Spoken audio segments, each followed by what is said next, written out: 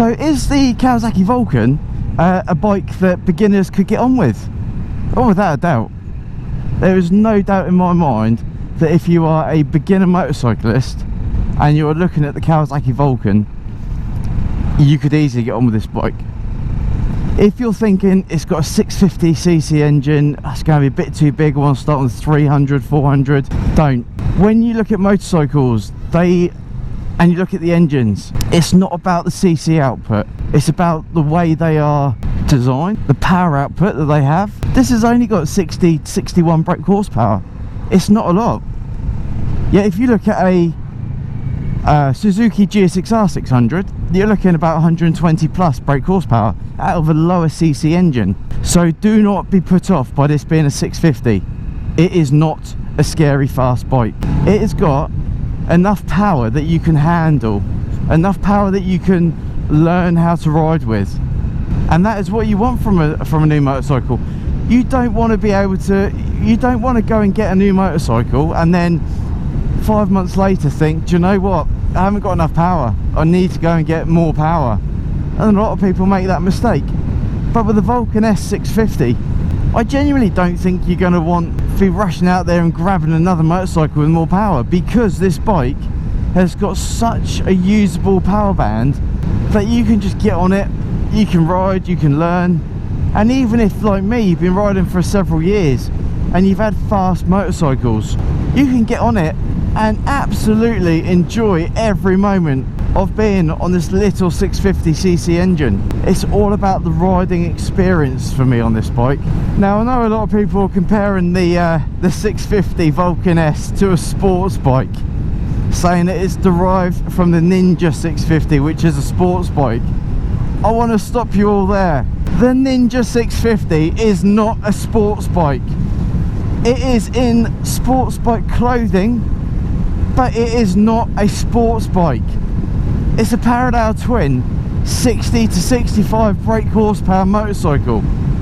That is not a sports bike. A 300cc is not a sports bike. The Ninja 300 is not a sports bike. So do not compare this Vulcan 650 to a sports bike just because it's got a Ninja 650 engine. I don't think any sports bike, sorry, let me rephrase that. I don't think any bike under 100 brake horsepower can claim to be a sports bike. They are not sports bikes. So do not compare the Vulcan S 650 to a sports bike. It just isn't one. Now I've got that off my chest, what can you compare this to? I believe there's a Harley Davidson 700 or a 750. That would be a good comparison because they're both cruiser bikes. But I don't want to compare it to any other bike really. I think this bike is fantastic on its own as a little 650 cruiser. Because you're sat so low in the seat on this bike, when you go into the corners and you really lean in, you feel just a whole part of the bike.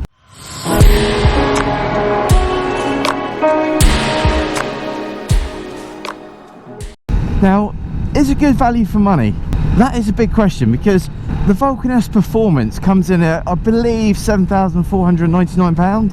And what do you get for that money? Well, let's be honest, you get a really basic bike. Is this bike overpriced?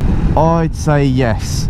I believe it is overpriced. However, that didn't stop me going out and buying it. Now, why did I buy the bike, even if I am going to say it is overpriced?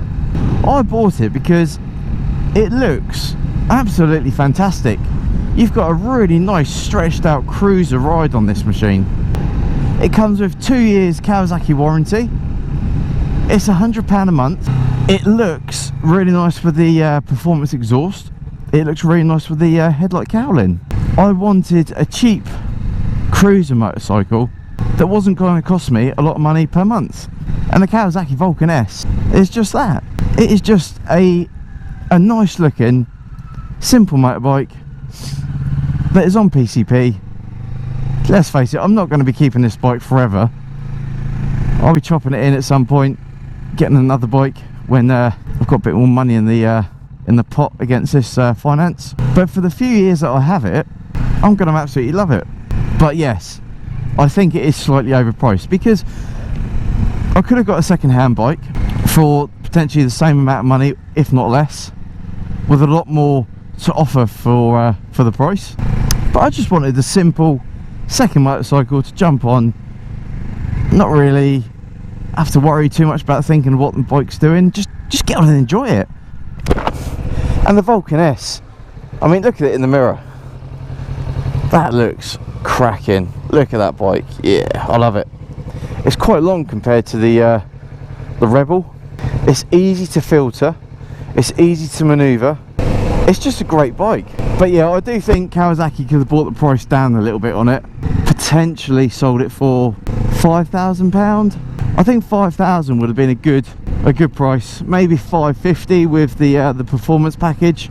But I think you're paying about £1,500 more to go for the performance package than you are over the basic model.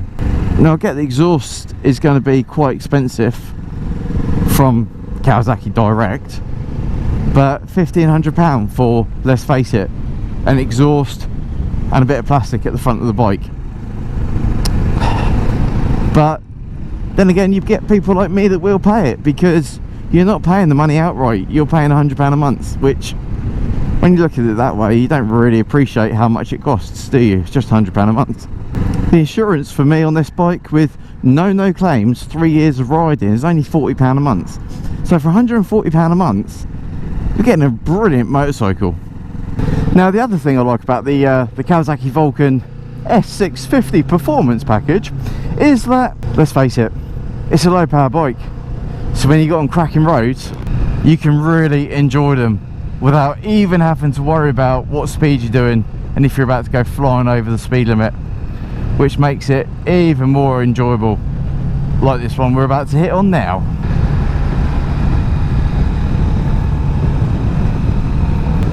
Again, this bike is just so easy on the handling, just cruises effortlessly. If I was to take this bike to Europe, Germany, Switzerland, go across the Alps, you're going to have so much fun. The experiences you're going to have on this bike are going to be worth remembering. Equally, a couple of days up in Scotland, Wales, you're going to love it. It is just an enjoyable motorcycle. It's a proper, I'd say, budget end cruiser. It is, because when you look at the likes of Harley Davidson, you're looking at double figures for their bikes. And I get this bike doesn't have the same heritage and the same look as a Harley, but a quick glimpse and it does. And I've ridden that road many a times on sports bikes. It just doesn't have the same appeal as it does on a cruiser. It's brilliant. I absolutely love this machine.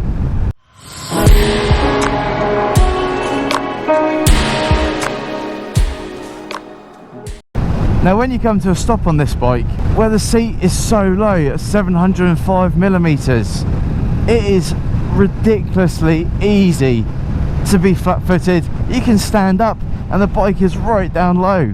But the feet in position, I really like it. I like the forward controls. My legs, they are fully extended just before they hyperflex at the knees, and I love it. But I highly recommend getting out on this Kawasaki Vulcan S, taking it for a test ride. If you've never done it before, you are going to enjoy it. Just forget that it's got 61 horsepower. Just forget that. Forget that it's only got 49 foot-pound of torque. If you put that out of your head and just get on this bike and enjoy it for what it is, I have no doubt in my mind you are going to love this bike. And please do not get on this bike thinking it's a sports bike. Can I compare it to a sports bike? No, you can't. It is not a sports bike. It doesn't have nearly half the amount of power as a sports bike does. It is a cruiser. End of. Right, I'm going to try and find some more twisty roads to take this bike on. Let's do it. The sound of this bike is really, really nice. I think it's, like I was saying earlier, I'm pretty sure it's just all induction noise. So when it comes to actually getting the bike linked up with that Arrow exhaust system, I've got a funny feeling this bike is going to sound awesome. At the end of the day, it is a parallel twin, so you're not going to have that heavy thump of a four. Oh, yeah, there we go. Left seat again. You're not going to have that heavy thump of a four-cylinder, but you are going to have quite a nice tune, I think. Now this is where this bike excels. Look, in the forest, cruising out, legs stretched, arms stretched, just absolutely loving it. What we got here? West Tisted, Smuggler's Lane. That sounds really cool.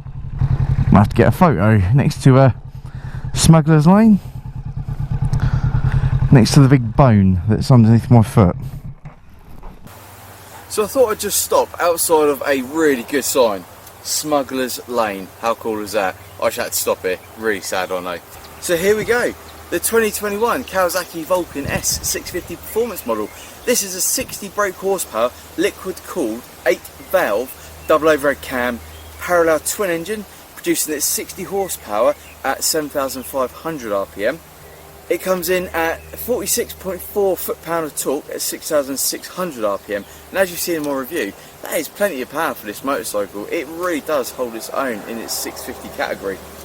The seat height is 705mm, which is again a ridiculously low cruiser style seat. And when you sit on it, for a 5'7", you're flat-footed, stand up, and it's really low down between your legs. So this bike, if you're a short rider, is no problem at all. However, if you are a tall rider, you may find that when you're sitting at traffic lights, your knees are quite scrunched up. So get on it, take it for a ride, let me know what you think in the comments below. Now the weight of this bike is 229 kilograms. That isn't really an issue. It sounds a lot, and it is a lot. However, when you're manoeuvring this bike, that's when you really feel the weight. I've taken the rear seat off this, so I haven't got anything to grab hold of. So for me manoeuvring it, it does feel sometimes that it could come out of your hands, and that is a bit of a worry. But if you've got the sissy bar or even the rear seat, I don't think you're going to have any issues at all manoeuvring this bike. The fuel is obviously unleaded, 14 litre fuel tank. You're looking around about 57 miles per gallon on this bike, which is pretty good considering it's only a 14 litre tank. The front suspension is 41mm forks. They're non-adjustable, and at the rear you've got a single rear shock adjustable spring for preload only.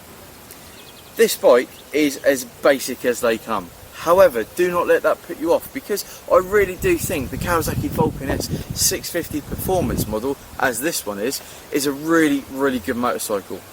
For those of you who are really good with spotting the little details, you'll notice this does not have a performance exhaust. Now the reason behind that, as you'll see in the video, is because there is a backlog on the exhaust from manufacturers. So I bought this bike brand new, had about 2 miles on the clock, but it came with the standard exhaust. Hopefully by the end of this month we should have the full exhaust system put on the bike. I'm just going to sit on the bike and show you the height of it. So there we go, 5'7", my knees are completely bent. The riding position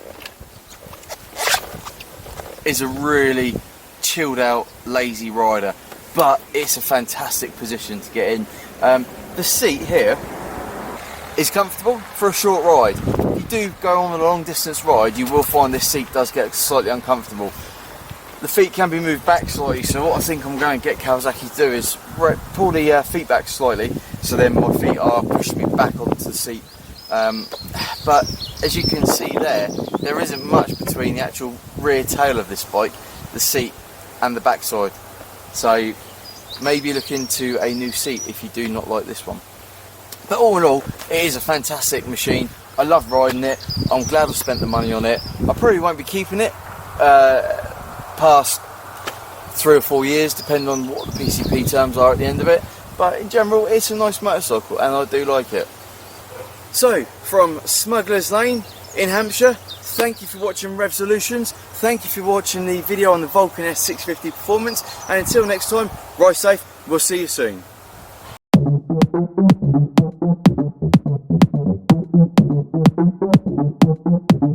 bye.